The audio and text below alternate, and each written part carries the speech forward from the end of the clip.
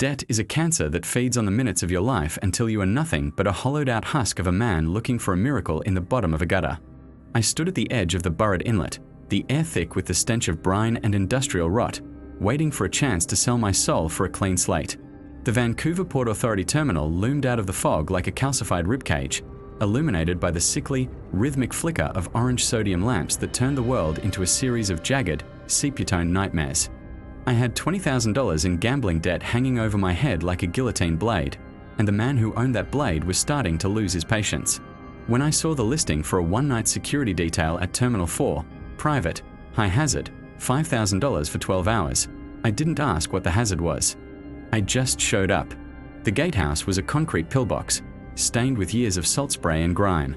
Inside, the air was stagnant, smelling of old coffee and a sharp, metallic undertone that reminded me of a copper penny on the tongue. Jaden, the supervisor, didn't look like a man who worked in logistics. He looked like a man who had spent a decade watching his own funeral. His eyes were sunken, rimmed with a bruised red hue, and his hand shook as he slid a heavy, cold object across the metal desk. It was a flare gun, an older model, its orange plastic scratched and caked with something dark and tacky. Beside it lay a single laminated card, the edges curled and yellowed. Jaden didn't say hello. He didn't ask for my ID. He just stared at the flickering monitors behind him, where the black water of the Pacific lapped against the pier like a hungry tongue. He pointed to the card with a nicotine-stained finger. He told me that the money was already in escrow, and if I made it to 6 a.m., the debt would be a memory. But then he leaned forward, his breath smelling of bile and peppermint, and told me that the rules on that card were not suggestions. They were the only things keeping the silence from screaming. I picked up the card. The text was typed in a frantic, uneven font, as if the person behind the keys had been looking over their shoulder the entire time. Rule 1. If you pass a container and hear it breathing, do not check the manifest. Do not call it in. Use the high-pressure fire hose located at Section 4B, drown the container until the rhythm stops. If it starts screaming, do not stop the water. It is not a person. It is a vacuum. Rule TWO.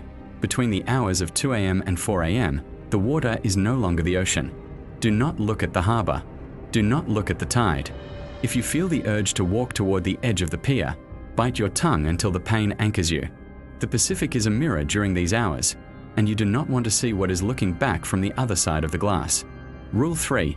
The shadows on the crane gantries are not caused by the sodium lamps. If you see a heat signature on the thermal monitors that has more than 4 limbs, do not use the radio.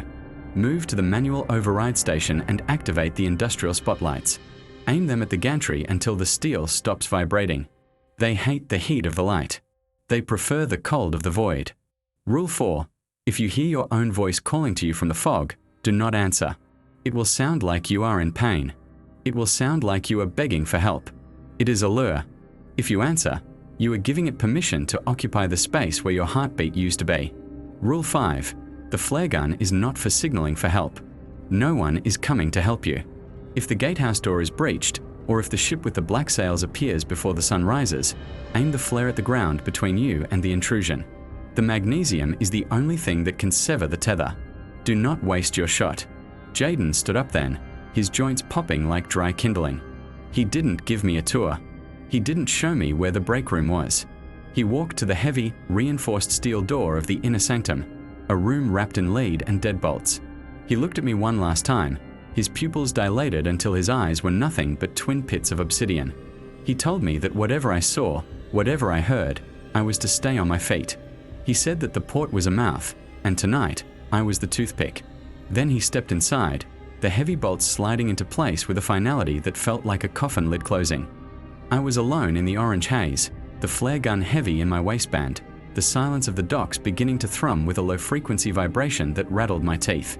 The Vancouver fog began to roll in, thick and greasy, swallowing the stacks of shipping containers until they looked like the tombstones of giants. I stepped out of the gatehouse, my boots crunching on the salt-crusted concrete. The orange lamps flickered, casting long, distorted shadows that seemed to stretch and snap back like rubber bands. Every groan of the metal cranes felt like a warning. Every splash of the water against the pilings sounded like a footstep. I checked my watch.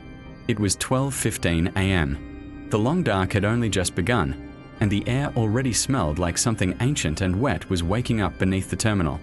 I started my first patrol, my hand resting on the flare gun. The silence was absolute, yet it felt heavy, as if the atmosphere itself was pressing down on my lungs. The containers were stacked 5 high, a labyrinth of rusted steel and faded logos. As I walked past Section 4B, a sound cut through the damp air. It wasn't the wind. It wasn't the sea. It was a wet, ragged inhalation. A long, shuddering draw of air that made the corrugated metal of a matte black container groan outward. The sound was rhythmic. It was biological. It was the sound of a lung the size of a car struggling to expand in a space too small for its mass. I felt the hair on my arms stand up as a dark, viscous sludge began to seep from the corner of the container's door. It wasn't oil. It was pulsing, a dark violet ichor that smelled of rotting kelp and old blood. I remembered Rule 1. My heart hammered against my ribs, a frantic bird in a cage of bone. I didn't think. I couldn't afford to think. I scrambled for the high-pressure hose, the cold brass of the nozzle biting into my palms. When I cracked the valve, the water hissed out with a violence that nearly knocked me back. I aimed the jet at the black container, the spray vaporizing into a mist of orange-tinted droplets under the lamps. The breathing grew louder, turning into a wet, gurgling wheeze. The sludge began to retract, boiling away where the water hit it. For a second, the container buckled, as if something inside was slamming its weight against the walls, trying to burst through the steel. I didn't stop. I squeezed the handle until my knuckles turned white, the roar of the water drowning out the world.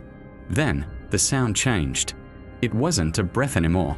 It was a hiss of retreating air, a long, deflating whistle that ended in a sickening pop. The container settled. The sludge stopped pulsing. The silence returned, more terrifying than the noise had been. I stood there, drenched and shivering, as the mist settled around me. I looked at the flare gun in my belt, then at the laminated card in my pocket. This wasn't a security job. This was a ritual. And I was the only thing standing between the city of Vancouver and whatever was trying to breathe its way into our world. I checked my watch again. 1:15 a.m. The air was getting colder, the fog thickening into a wall of grey static. I looked toward the massive silhouette of the crane gantries, their skeletal arms reaching into the void of the sky. On the thermal monitor I'd glimpsed back in the shack, something had been moving. Something with too many limbs. Something that was waiting for the light to fail. I began to walk toward the gantry, my shadow stretching out before me, a long, thin needle of blackness pointing toward the edge of the pier, where the water waited, and where the rules said I must never look. The orange lamps hummed, a low, electric buzz that sounded like 1,000 insects trapped in a jar, and I realized then that the debt I was paying wasn't just in dollars. It was being paid in the very fabric of my sanity, one flickering second at a time. I stood there for a moment, the laminated card trembling in my glove hand. The plastic was cold, slick with a fine mist of salt and engine grease. Jaden had disappeared behind the steel-reinforced door of the gatehouse with a look of profound, exhausted pity, the kind of look a vet gives a dog he knows isn't coming back from the procedure. The heavy deadbolt had thudded home, a sound of finality that echoed off the towering stacks of rusted iron and corrugated steel that defined my new, lonely world. I looked down at the first line of the instructions, the ink cramped and urgent. Rule 1. If Unit 4092B in the southeast quadrant begins to respire, do not call for assistance. Use the high-pressure standpipe. Drown the sound. Do not stop until the vibration ceases. I began to walk. The port was a graveyard of commerce, a labyrinth of shadows cast by the skeletal frames of the massive ship-to-shore cranes. Vancouver's skyline flickered in the distance, a billion-dollar promise that felt like it belonged to another dimension. Here, the air was different. It was thick, tasting of old copper and brine. The silence wasn't empty. It was heavy, pressing against my eardrums like the weight of the deep ocean. My footsteps on the cracked concrete were the only rhythm, a solitary percussion in a place that felt like it was holding its breath. I found the southeast quadrant. It was a cul-de-sac of containers, stacked 5 high, forming a canyon of peeling paint and industrial grime.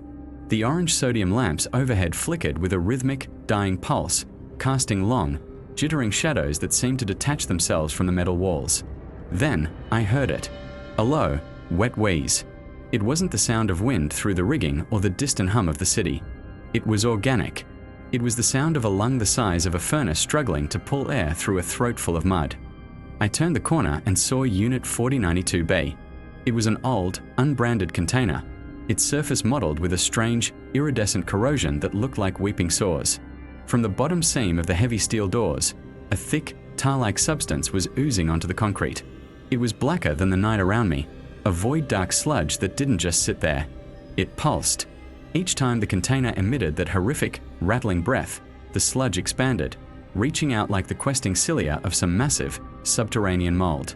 The smell hit me then, a physical blow that made my stomach churn and my eyes water. It was the scent of 1,000 years of rot, the cloying, sweet stench of decomposing kelp mixed with the metallic tang of dried blood. It felt thick in the back of my throat, like I was inhaling the very essence of a drowned forest. It was a visceral, ancient foulness that spoke of things that had never seen the sun, things that had spent eons fermenting in the crushing dark of the Pacific trenches. I scrambled for the standpipe, my fingers fumbling with the heavy brass coupling. The container groaned, the metal plates bulging outward as if something inside was pressing its shoulder against the wall, trying to find a weak spot. The breathing grew faster, a wet, sucking sound that made the hair on my neck stand up. Thump, thump, thump. A heartbeat. The entire 40-foot box of steel was vibrating with a low-frequency hum that I could feel in my teeth. I heaved the valve open. The roar of the water was a sudden, violent intrusion into the silence. The fire hose buckled in my hands like a living thing, the pressure nearly kicking me off my feet. I braced myself, the flare gun heavy and useless in my waistband, and aimed the nozzle at the base of the container. The water hit the sludge with a sound like a scream. The black liquid didn't just wash away, it hissed, steam rising in thick, grey plumes that smelled of sulfur and brine. The harsh, high-pressure mist filled the air, refracting the orange light of the lamps into a sickly, jaundiced halo. I couldn't see my own feet anymore, lost in a swirling vortex of freezing spray and foul-smelling vapor. I kept the stream fixed on the doors, the water hammering against the steel with the force of a wrecking ball. Through the roar of the water, I heard the scratching. It was the sound of thousands of tiny, calcified needles scraping against the interior of the container. It was frantic, a desperate, rhythmic digging that sent a vibration up through the concrete and into the soles of my boots. I didn't stop. I leaned into the hose, my muscles screaming, my vision blurred by the stinging mist. I remembered the rule. Drown the sound. The sludge began to fight back. It didn't just wash into the storm drains. It coiled around the stream of water, trying to climb back toward the source. It looked like black oil, but it moved with a predatory intent, defying the laws of physics as it clung to the vibrating metal. I swept the nozzle back and forth, a blind man fighting a ghost in a storm of my own making. The mist was everywhere now, coating my jacket, my face, my lungs. It felt like I was breathing in the port itself, the cold, the rot, and the crushing weight of my own desperation. Minute after agonizing minute passed. My hands were numb, frozen to the brass of the nozzle. The breathing inside the container began to falter. The wet wheezing transitioned into a series of jagged, choked gasps. The vibration in the ground started to fade, the frantic scratching slowing down to a rhythmic, tired thudding. I didn't let up. I held the line, the water carving channels through the black filth until the concrete beneath the container began to show through the slime. Finally, the movement stopped. The container gave one final, shuddering heave, a sound of buckling metal that sounded like a dying sigh, and then it went still.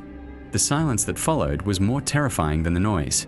It was a vacuum, a sudden absence of life that left me gasping in the freezing mist. I waited, the water still hammering the steel, my eyes searching the swirling grey for any sign of movement. Nothing. The sludge had been reduced to a thin, grey film, washing harmlessly into the drains. The smell of kelp remained, but the organic, living heat of it had vanished, replaced by the biting chill of the Vancouver night. I slowly turned the valve, the roar of the water tapering off into a pathetic trickle and then a silence so profound I could hear the blood rushing through my own veins. I stood there, drenched and shivering, staring at the container. It looked like any other piece of freight now, a rusted box waiting for a ship that might never come. But I knew better. I had felt the heartbeat. I had heard the lungs. The debt I owed back in the city suddenly felt very small compared to the price I was paying here. I looked down at the card again, the water dripping from my chin onto the plastic. Rule 2. Between the hours of 2 a.m. and 4 a.m., the water is not the water. Do not look at the harbour. Use the monitors only. I wiped the mist from my eyes and turned my gaze toward the security office, where the thermal cameras sat like unblinking eyes. I hadn't even checked the time, but the air had changed again. It was colder now, a dry, unnatural frost beginning to form on the edges of the shipping crates. I began to walk back, my boots squelching in the remnants of the sludge.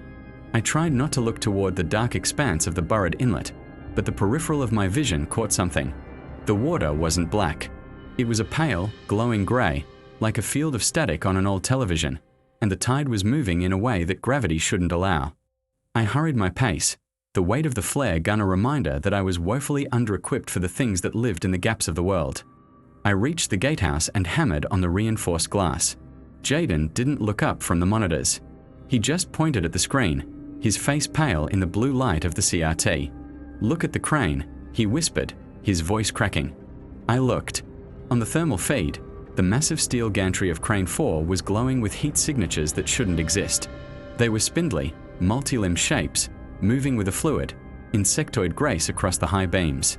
They weren't warm like humans. They were white-hot, burning streaks of light against the cold blue of the crane skeleton. They were crawling downward, toward the very spot where I had just been standing. "Rule 3, Jaden muttered, reaching for the industrial spotlight controls. "If they descend, we bring the sun to them." I felt a surge of visceral disgust as I watched the monitors. The things on the crane didn't have heads, just clusters of waving, sensory filaments that seemed to taste the air. They were looking for the source of the water. They were looking for the thing that had interrupted the feeding of Unit 4092B. I realized then that the container wasn't just cargo. It was a trough. And I had just spilled the slop. The orange lamps outside flickered once, twice, and then died, plunged into a darkness so absolute it felt like being buried alive. In the gatehouse, the only light came from the monitors, reflecting off Jaden's wide, terrified eyes. He gripped the joystick for the spotlight, his knuckles white. "They're coming down, Sammy," he breathed. "And the tide is coming with them." I looked at the water then, despite the rule. I couldn't help it. Through the thick glass of the gatehouse, I saw the harbour. It wasn't the Pacific anymore. It was a churning, bioluminescent void, and rising from the centre of the inlet was a shape that defied the fog, a jagged, barnacled silhouette of a ship that had been declared lost when my grandfather was a boy. It didn't displace the water. It seemed to be made of it, a ghost of steel and salt air anchored to a world that had forgotten its name. The sludge on the concrete began to crawl again, not away from the water this time, but toward it, burning a dark, smouldering trail into the ground. It was a beckoning, a path being laid for something that was tired of waiting in the deep. I gripped the flare gun, the cold metal the only thing keeping me grounded as the world outside the reinforced glass began to dissolve into a gothic nightmare of rust and rising tides. The night was only half over, and I realized with a sickening jolt that Jaden wasn't just my supervisor. He was the one holding the leash, and I was the bait. The silence that followed the drowning of the sludge-filled container wasn't a relief. It was a vacuum, a hollow space where my heartbeat hammered like a frantic bird against the cage of my ribs. The air in the security booth tasted of copper and old grease, thick with the static of my own pulse. Jaden remained behind his reinforced glass, a silhouette carved from the dark, motionless and indifferent. I was the one out here. I was the one whose boots were stained with that iridescent, stinking bile. I was the bait, and the hook was sinking deeper.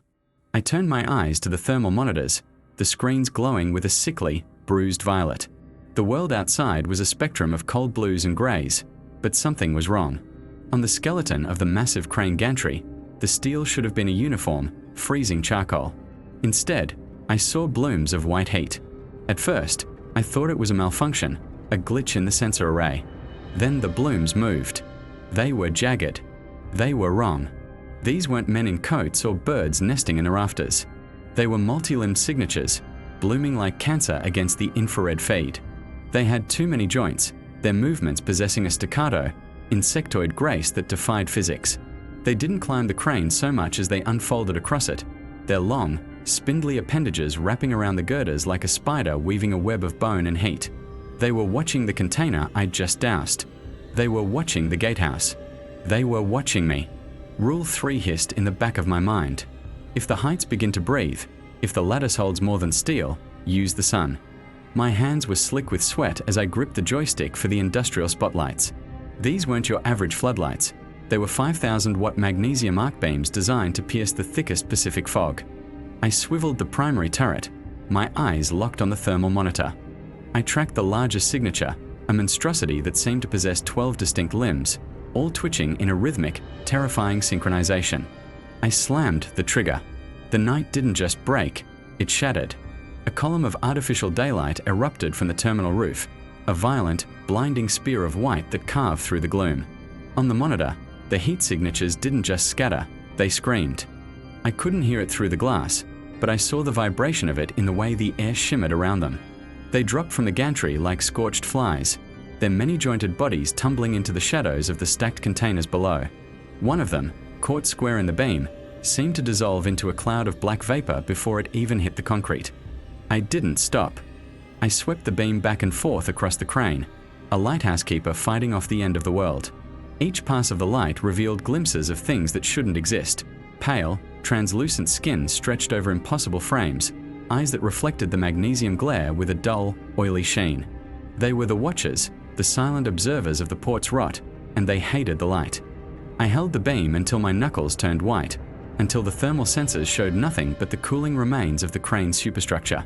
Then, the clock on the wall clicked. 2 a.m. The atmosphere shifted instantly. The hum of the distant city, the low groan of the bridge traffic, the rhythmic lapping of the waves, it all vanished. The silence became absolute, heavy as a burial shroud. Rule 2. Never look at the water between 2 a.m. and 4 a.m. I tried to keep my eyes on the pavement, on the salt-stained concrete of the pier, but the movement on the security monitors was impossible to ignore. From my peripheral vision, I saw Jaden's door creak open. He didn't look at me. He didn't say a word. He walked out of the gatehouse with a gait that was too stiff, too purposeful. He walked straight toward the edge of the pier, toward the oily, black void of the Burrid Inlet. I wanted to yell, to tell him to stop, but my throat felt like it was filled with dry wool. I watched the monitor, my eyes narrowed, trying to see the water without truly seeing it. Jaden reached the edge of the concrete, where the rusted bollards stood like tombstone markers. He didn't stop. He stepped off the edge. My heart skipped. But he didn't fall. His boots found purchase on something I couldn't see. He began to ascend an invisible ramp, his body tilting forward as if climbing a steep, unseen hill that led directly into the starless sky. He walked higher and higher, a dark figure treading on the air itself, moving toward the center of the harbor. He was a facilitator. He wasn't guarding the port. He was welcoming whatever was coming. He was a priest at a threshold I wasn't meant to understand. That's when the fog rolled in, not a natural mist, but a thick, curdled wall of grey that smelled of ancient salt and decomposing timber. Out of that soup, a shape began to coalesce. It was huge, a mountain of rot and barnacles. A ship, but not a modern freighter. This was a ghost of the mid-century, a 1940s era hull, corroded and weeping rust like dried blood. It moved without an engine, without a wake, manipulating the very tide to pull itself toward the terminal. It was the HMS Gallowglass, or some other name lost to the depths, a vessel of the void seeking a port in a world that had forgotten it. The black sludge I had blasted earlier began to react. The trail it had burned into the concrete began to glow with a faint, necrotic green light. It was a beacon. It was a mooring line made of filth. The ship was docking, and if it touched the pier, the things on board, the things Jaden was currently greeting in the sky, would finally come home. I knew then that the rules weren't just for survival. They were a test. Jaden had left me the tools because he wanted to see if I was strong enough to join them, or if I was just another piece of meat to be ground down by the tides. Paranoia turned into a jagged, desperate clarity. I grabbed the flare gun. The magnesium shells were heavy in my pocket. I looked at the crane, 60 feet of rusted iron and shadows. If I could get to the top, if I could sever that connection. I ran. My lungs burned with the cold, damp air. Every shadow between the gatehouse and the crane felt like a grasping hand. I reached the ladder and began to climb. The metal was freezing, the salt air having eaten away at the rungs until they felt like jagged ribs. I didn't look down. I didn't look at the water. I only looked at the black trail of sludge on the concrete below, pulsing in sync with the approaching ship. I reached the operator's cabin, my breath coming in ragged gasps. The ship was close now, the smell of it overwhelming, a mixture of wet dog, sulfur, and the deep, pressurized cold of the abyss. I could see the barnacles on its hull, each one the size of a dinner plate, pulsing like a heartbeat. I leveled the flare gun. I wasn't aiming at the ship. I was aiming at the sludge. I pulled the trigger. The magnesium shell hit the trail and ignited. It wasn't just a fire. It was a white-hot wall of chemical fury. The sludge didn't burn. It shrieked. A gout of violet flame erupted, severing the invisible umbilical cord between the ghost ship and the terminal. The ship groaned, a sound of grinding metal and tortured wood that vibrated in my very marrow. The tide, once its servant, suddenly turned. The water began to churn and boil, trying to pull the intruder back into the fog. But it wasn't enough. The ship was still too close, its massive, corroded mooring bits reaching out like skeletal fingers for the pier's edge. If it snagged even one, the momentum would tear the terminal apart. I looked at the crane's controls. A 40-ton shipping container hung from the spreader, swaying slightly in the unnatural wind. Below it, the pier's edge was severely corroded, the concrete honeycombed with age and salt. I had noticed it earlier, a structural weakness that the Port Authority had ignored for years. I didn't think. I jammed the levers forward. The trolley roared, the heavy cable whining as the 40-ton block of steel swung out over the edge. I waited for the exact moment the ship's prow neared the crumbling mooring bits. I hit the emergency release. The container didn't just fall, it screamed through the air. It hit the pier with the force of a tectonic shift. The concrete didn't just crack, it disintegrated. A massive section of the terminal shattered, falling into the boiling water in a spray of grey dust and white foam. The ship's connection was gone. The mooring bits it had been reaching for were now at the bottom of the inlet. The violent impact sent a shockwave up the crane. I heard it before I felt it, a high, whip-crack note that sounded like a gunshot. The heavy main cable, snapped by the sudden release and the shifting weight, lashed back like a giant's whip. It shattered the cabin glass, a blur of braided steel that moved faster than the eye could follow. Pain followed, but it was distant, a dull heat that hadn't yet found its voice. I looked down. My left foot was gone, severed clean at the ankle by the snapping cable. The cabin was sprayed with a spray of crimson that looked black in the dim light of the dying flares. I didn't scream. I couldn't. I took off my belt, my movements clinical and cold, and cinched it around my calf. I pulled it until the world began to grey at the edges. I watched through the shattered window as the ghost ship, deprived of its anchor, was dragged back into the fog by the receding tide. It faded into the grey, a memory of a nightmare, leaving nothing behind but the smell of rot and the sound of the waves. I sat there in the shattered cabin, the only living thing in a ruined port, waiting for the sun. The dawn didn't bring paramedics. It brought black SUVs with tinted windows and men who moved with the quiet efficiency of undertakers. They didn't ask if I was okay.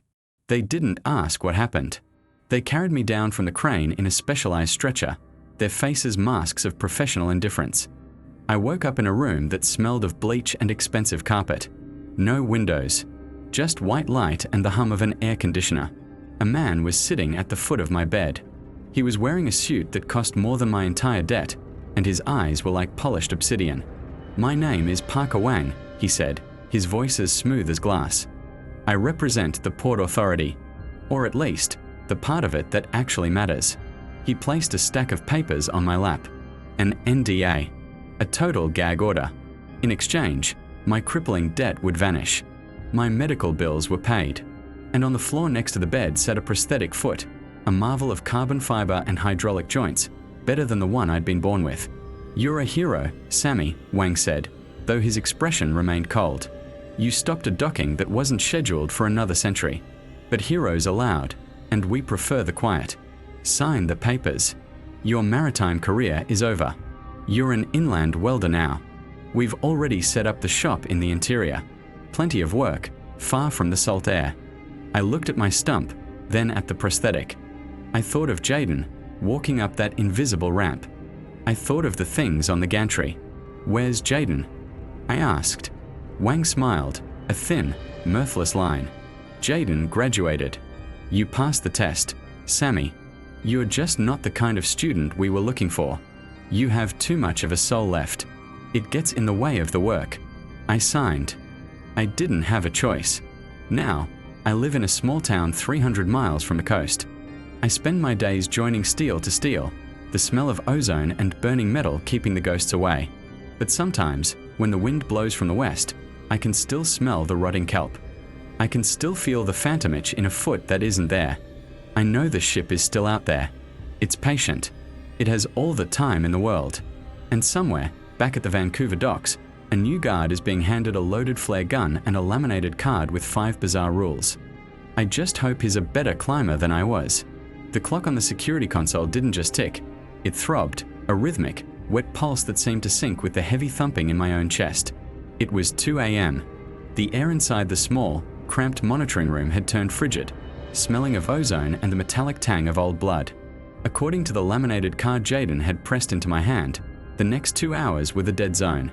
Rule 2 was a command of absolute silence and sensory deprivation. Do not look at the water between 2 a.m. and 4 a.m. It sounded like a simple enough task, but curiosity is a rot that eats at the mind, and the port was no longer a place of logic. Outside, the world had been swallowed by a thick, oppressive fog that glowed with an eerie midnight blue. It wasn't the white, fluffy mist you'd expect from the Pacific. This was something different. It was viscous, heavy, clinging to the shipping containers like a spectral shroud. The light from the high-pressure sodium lamps struggled to pierce it, casting long, distorted shadows that seemed to move independently of the objects casting them. Through the reinforced glass of the hub, I could see the trail of black sludge I had spent the last hour hosing down. It wasn't dead. It was gathering. The dark, pulsing liquid was crawling purposefully toward the edge of the pier, burning a jagged, charcoal trail into the concrete that hissed as if the ground itself were in pain. I shifted my gaze to the bank of security monitors, my only tether to the world outside. The screens flickered with a static that looked like swarming insects. On camera 4, which overlooked the primary docking slip, I saw the gatehouse door creak open. Jaden, the man who had locked himself away with a look of grim resignation, stepped out into the blue haze. He didn't look like the panicked supervisor I'd met an hour ago. His movements were fluid, hypnotic, almost ritualistic. He didn't glance at the water, nor did he look toward the security hub where I sat shivering. He walked with a terrifying, rhythmic purpose toward the very edge of the concrete pier.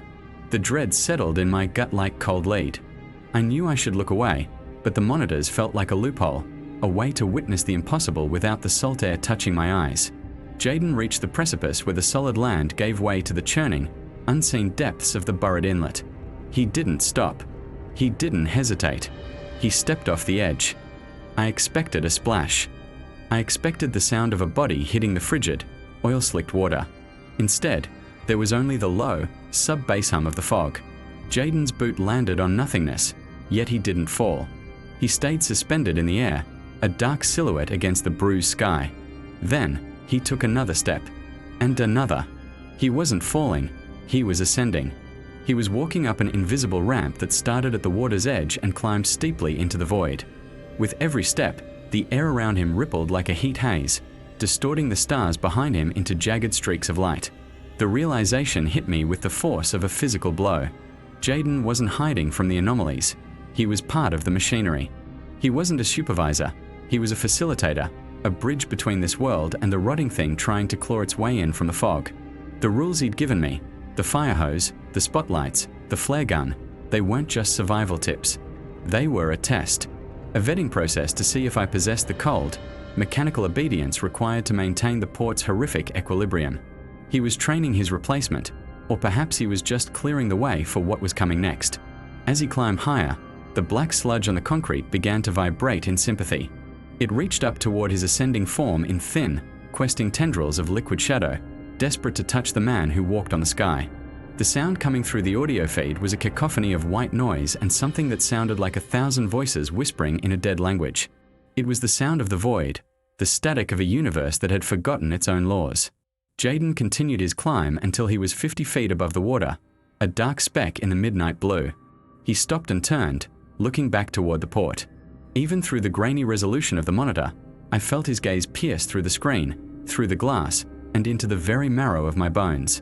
He wasn't looking at me with pity or malice. It was a look of profound, hollow indifference. He was a man who had seen the bottom of the ocean and found it wanting. He gestured toward the horizon, and as if on cue, the fog began to churn with a new, violent energy. The existential dread was a weight that made it hard to breathe. I realized then that the port wasn't a transit hub for goods. It was a transition point for things that could not be named. The ships that docked here weren't carrying steel or grain. They were carrying the rot of other worlds. And I, Sammy Sandoval, the man with a crippling debt and a loaded flare gun, was the only thing standing between the city of Vancouver and the tide of darkness that Jaden was currently inviting in. I watched as Jaden reached the top of his invisible path and simply vanished into a pocket of localized static. He was gone, leaving me alone in the blue-stained silence of the terminal. The monitors went dark for a second, then flickered back to life, showing the empty pier and the burning trail of sludge. The air in the room felt thinner now, as if the reality of the place were being sucked out through the hole Jaden had left in the sky. I checked the clock. 2:45 a.m. I still had over an hour of the forbidden time left, and the water, the thing Jaden had walked over like a god, was beginning to rise. Not with the tide, but with a predatory intent. The silence was broken by a low, metallic groan that vibrated through the floorboards. It was the sound of ancient iron being stressed by an impossible weight. Out in the fog, something was moving. Something big. The ghost ship wasn't a metaphor. It was a physical manifestation of the rot I'd smelled all night. I could see the outline of it now on the long-range thermal, a massive, jagged shape that defied the laws of buoyancy. It didn't have a heat signature. It was a cold spot, a hole in the infrared spectrum that moved with a slow, grinding grace toward the shattered pier. My hands moved to the controls of the industrial spotlight, my fingers trembling so hard I could barely grip the joystick. Jaden's betrayal had stripped away any illusion of safety. I wasn't a guard anymore. I was a sacrifice in waiting. But as the first barnacled tip of the ship's prow broke through the blue mist, a surge of pure, jagged adrenaline cut through my dread. If I was going to be the last man on the line, I wasn't going to go quietly into that midnight blue.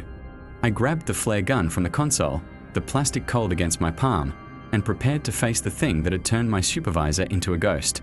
The invisible ramp remained, a scar in the air where Jaden had ascended, and I knew that soon, something else would be walking down it. The port was hungry, and the high tide was bringing a feast of shadows. I stared at the blank monitors, the static reflecting in my eyes, and waited for the clock to strike the next hour of my nightmare. The midnight blue was deepening, the rot was rising, and the true test was only just beginning. The rules were no longer just lines on a card. They were the only barrier between me and the screaming void. I checked the flare gun one last time, the magnesium rounds glowing like tiny suns in the dark, and steeled myself for the moment the ship finally touched the shore. The fog didn't just roll in, it congealed. It was a thick, pulsating wall of grey matter that smelled of old pennies and stagnant seawater. Through the haze, the sound began, a low, rhythmic thrumming that vibrated in my marrow, a sound like a heartbeat echoing through a hollow chest. Then, the silhouette emerged. It wasn't a modern freighter. It was a jagged, necrotic ghost of the 1940s, a leviathan of rusted iron and weeping rivets. It didn't displace the water. The water seemed to recoil from it, the tide churning in unnatural, oily eddies. The ship was encrusted with barnacles that looked like calcified tumus, and long, ropey strands of kelp draped from its bow like the hair of a drowned titan. I could see the sludge now, that black, sentient filth I'd tried to wash away. It wasn't just leaking anymore. It was a bridge. It stretched from the pier toward the approaching hull, burning a charred, necrotic trail into the concrete. The sludge hummed with a sick, electric static that made my teeth ache. I remembered the supervisor, Jaden, and his impossible ascent into the black sky. This wasn't a port, it was a feeding trough, and the rules were the only thing keeping the world from being swallowed whole. The ship groaned, a sound of grinding tectonic plates, as it prepared to dock at a terminal that shouldn't exist. My hands were shaking so hard I nearly dropped the flare gun. I looked at the sludge trail, then at the ship, and realized the trail was a tether, an umbilical cord of filth connecting this nightmare to my reality. I didn't think. I reacted. I leveled the flare gun and pulled the trigger. The world vanished in a flash of magnesium white. The flare hit the sludge trail and the reaction was instantaneous. It didn't just burn, it detonated in a silent, blinding wall of holy fire. The magnesium reacted with whatever otherworldly chemistry lived inside that slime, creating a heat so intense it cracked the concrete beneath it. The sludge shrieked, a high, piercing sound that bypassed my ears and went straight into my skull. The invisible ramp, the connection the ship was using to anchor itself, severed with a sound like a snapping violin string amplified 1,000 times. But the ship didn't stop. It lunged forward, the momentum of 80 years of drifting in the void carrying it toward the pier. The fog screamed as the ship's prow sheared through the air. I turned and ran for the nearest gantry crane. My boots hammered against the steel stairs, 60 feet of vertical climb that felt like a mile. Below me, the white fire was still raging, casting long, distorted shadows that danced like demons against the shipping containers. I reached the operator's cabin, my breath coming in ragged, burning gasps. The air up here was thin and tasted of ozone. I looked down and saw the mooring bits, the massive iron posts meant to hold ships in place. They were severely corroded, eaten away by decades of salt and neglect I'd noted earlier. If the ship hit those, it wouldn't just dock, it would tear the entire pier into the abyss. The ghost ship hit the first bumper with a thud that nearly shook me out of the seat. The crane groaned, its steel skeleton protesting the impact. I grabbed the joysticks, my eyes locked on a 40-ton shipping container suspended just 20 feet above the primary mooring line. It was a massive, weathered box marked with symbols I didn't recognize, heavy enough to shift the earth itself. I saw the ship's bow closing in, the barnacled iron scraping against the concrete with a shower of sparks that looked like dying stars. The ship was trying to latch on, its spectral ropes lashing out like tentacles. I didn't wait for a clean shot. I slammed the release. The silence of the fall lasted a heartbeat. Then, gravity reclaimed its prize. 40 tons of steel plummeted through the air. It didn't just hit the mooring bits, it obliterated them. The impact was a physical force, a shockwave that shattered the reinforced concrete of the pier like it was brittle glass. The entire section of the terminal buckled and collapsed into the churning, black water. The ship, deprived of its anchor and pushed back by the displacement of the falling pier, let out a mournful, metallic wail. It began to drift back, the fog swallowing its rusted stern as it retreated into the dark. But the price of the strike was immediate. The sudden release of the weight caused the crane's primary cable to whip upward with the force of a falling guillotine. The steel-braided line, thick as a man's thigh, snapped under the tension. It sliced through the air with a hum of pure lethality. I didn't even feel it at first. There was just a sudden, cold vacuum where my lower left leg used to be. I looked down and saw the cable had sheared through the floor of the cabin and my limb as if they were made of wet paper. The pain followed a second later, a white-hot, jagged roar that turned the world into a blur of red and grey. I collapsed onto the floor, the smell of my own copper blood mixing with the scent of the dying magnesium fire below. The crane swayed precariously over the wreckage of the pier. I reached for my belt, my fingers slick and fumbling, and looped it around my thigh. I pulled until the leather bit deep into the muscle, a makeshift tourniquet against the void. I lay there in the dark, the shattered cabin my only sanctuary, listening to the water lap against the broken concrete 60 feet below. The ship was gone, for now, but the silence that followed was heavier than the noise. I stared at the horizon, waiting for a morning I wasn't sure would ever come, knowing that the debt was paid, but the cost had only just begun to be tallied. The sun didn't rise so much as the darkness simply diluted into a sickly, jaundiced yellow. I was still pinned in the wreckage of the crane's cabin, my head lolling against the cold glass, watching the black water swirl around the jagged remains of the pier. The ghost ship had vanished completely, leaving behind nothing but the smell of rot and the smoldering ruins of the sludge trail.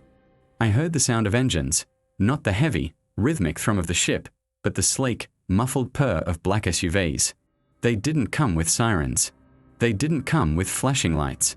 A fleet of unmarked vehicles rolled onto the terminal, moving with a synchronized, predatory grace. Men in charcoal grey tactical gear swarmed the site, their faces hidden behind respirators and dark visors. They didn't look like paramedics. They looked like a cleanup crew for a crime scene that spanned dimensions. One of them climbed the crane. He didn't rush. He moved with a practiced, chilling efficiency. When he reached the cabin, he didn't ask if I was okay. He didn't offer a word of comfort. He just stared at the tourniquet on my leg and then into my eyes. His badge read Parker Wang, Port Authority, but the insignia above the name was a symbol I'd seen on the vibrating container, a stylized eye entwined with kelp. They lowered me down in a basket, my consciousness flickering like a dying bulb. I was whisked away to a facility that smelled of ozone and industrial bleach, far from the salt air of the Vancouver harbour. There were no windows, only the hum of high-end medical equipment and the scratching of pens on clipboards. Parker Wang sat by my bed 3 days later. He laid a thick stack of papers on the overbed table. His voice was like dry parchment rubbing together. He told me the debt was gone. He told me my medical bills were covered. He even showed me a blueprint for a prosthetic, a top-of-the-line carbon fiber limb that would let me walk again, maybe even run. But there was a catch. There is always a catch when you deal with the things that haunt the high tide. I had to sign an NDA so restrictive it felt like a gag made of lead. My maritime license was revoked, shredded before my eyes. I was barred from ever stepping foot on a pier, a dock, or a boat for the rest of my natural life. I was to be relocated inland, a new life as a welder in a desert town where the only water came from a tap. I looked at the pen. I looked at the stump of my leg. I thought about the ship, the way it had groaned in the fog, the way Jaden had walked into the sky like he was going home. I realized then that they weren't protecting the world from a ship. They were managing the arrival. They were facilitators, and I was just a stray variable that had happened to survive the night. I signed the papers. I took the prosthetic and the quiet life in the dust. Now, I spend my days melting metal together, far from the sound of the waves. But sometimes, when the air gets humid and the wind blows from the west, I can still smell the rotting kelp. I can still feel the vibration of that 1940s hull in my phantom foot. I know the ship is still out there, sitting just beyond the veil of the fog, waiting for the tide to rise, waiting for a new guard who hasn't learned the rules yet. And I know, deep in my marrow, that one day, the fire won't be enough to stop it. The white wasn't just a color. It was a physical weight, a pressurized void that pressed against my retinas until they screamed. There were no corners in that room, no shadows where a man could hide his thoughts, only the relentless, humming drone of industrial-grade fluorescent tubes that tasted like ozone and copper. I was strapped to a bed that felt like it was carved from a single block of cold, synthetic marble. My left leg ended in a heavy, throbbing silence just below the knee. Every few seconds, my brain would send a frantic signal down to toes that weren't there, trying to curl them against the phantom chill of the Pacific, only to be met with the static of severed nerves. I don't remember the ambulance ride. I don't think there was one. I remember the smell of the black sludge burning under the flare's magnesium white, the sound of the pier screaming as 40 tons of steel tore its heart out, and then a gap of nothingness that felt like drowning in ink. When I finally woke, I wasn't in a city hospital. There were no beeping monitors, no overworked nurses, no sounds of traffic from the Vancouver streets. There was only the hum. And Parker Wang. He sat in a chair that hadn't been there a moment before, a man composed entirely of sharp angles and expensive, charcoal-colored wool. He looked like he was made of the same sterile material as the walls, smooth, poreless, and utterly devoid of empathy. He was holding a manila folder with a seal I didn't recognize, a stylized anchor entwined with a geometric shape that defied Euclidean geometry. The Port Authority, but not the one that manages cruise ships and grain elevators. This was the authority that manages the things that crawl out of the crushing depths when the moon hits the wrong angle. Parker didn't offer a handshake. He didn't offer a name until I asked, and even then, it felt like a pseudonym he'd peeled off a dry-clean suit. He told me I was lucky. He told me the cleanup had been extensive. He spoke about the 1940s freighter as if it were a common maritime nuisance, like a barnacle or a rusted hull, and not a spectral entity that had attempted to rewrite the laws of physics on Pier 42. He told me Jaden had transitioned to a higher tier of service, and that my performance had been noted with a mixture of annoyance and clinical interest. Then he laid out the paperwork. The NDA wasn't just a stack of legal threats, it was a tome. It was a heavy, leather-bound contract that smelled of old salt and fresh blood. As I flipped through the pages with trembling fingers, I saw clauses that made my stomach turn. I wasn't just signing away my right to speak, I was signing away my right to the sea, to the horizon, to the very smell of salt air. I was to be relocated inland, nowhere near the coast, nowhere near the ports. I was to become a ghost in the interior, a welder in a landlocked town where the only water came from pipes and the only fog was the steam from a cooling vent. The price for my silence? My debt was gone. The predatory loans, the crushing interest, the shadow of poverty that had chased me into that night shift, all of it vanished with a stroke of a pen. They would provide a prosthetic, too. A marvel of engineering made of matte black carbon fiber and sensors that synced with my neural pathways. It was perfect. It was cold. It was a constant reminder of the night I broke the rules to save a city that would never know it was in danger. I signed. I signed because the alternative was the reclamation process Parker hinted at, a process that involved the black sludge and the invisible ramps into the sky. I signed because I wanted to live, even if that life was half hollow.